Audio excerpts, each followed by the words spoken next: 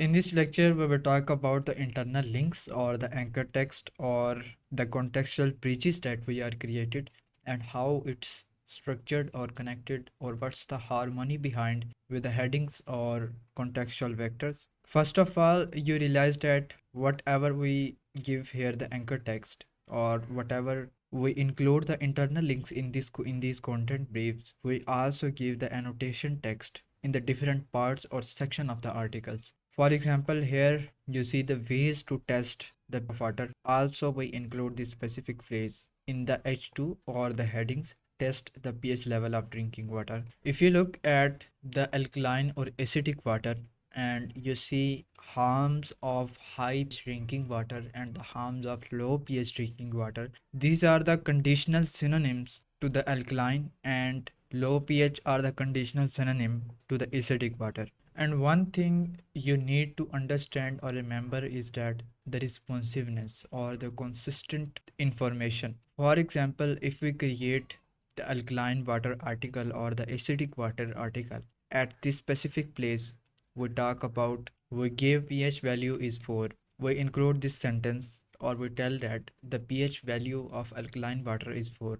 But when we create alkaline water article and we tell that the pH value is 5, that is inconsistent, and this is the conflicting between the two articles of the specific websites, and that is very dangerous. Whenever you create these things, you understand the methodology is that this is basically we preparing the data and we convert data to the website. So if you have the wrong data or inconsistent data, so your website is conflicting with itself. So if we talk about here the alkaline water, their benefits, their risks together at this specific place. So also when we create this specific separate alkaline water article, we also mention or talk about these things. How to lower pH in water and ways to test the pH of water. These are connected to each other.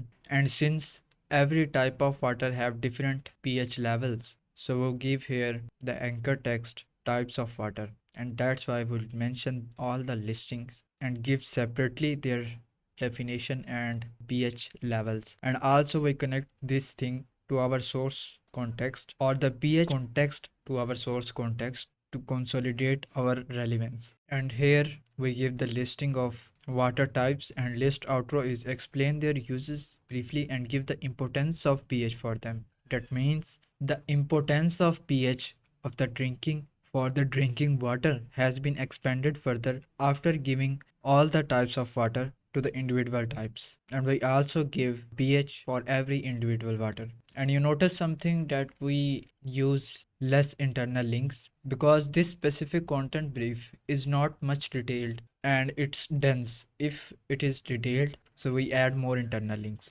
Basically, we needed a brief that we able to rank against this one and classified with the health line. And if you look at this specific anchor text, we use the word safe first at this place. What are the safe pH ranges? And then we use this specific entity for the entity type that have same entity class. Once we dive in the listing, we give the sparkling water and the luxury water. Sparkling water is have the good amount of search and it is connected to the drinking water in a direct way as an alternate. And these are mostly compared to each other. If you did not create the content brief still, but we give all the definition of these water types and we did not created types of water yet, in that specific case we did not lose relevance. And if we create this specific content brief and we talk about further water types and expand their details, so we increase our ranking further.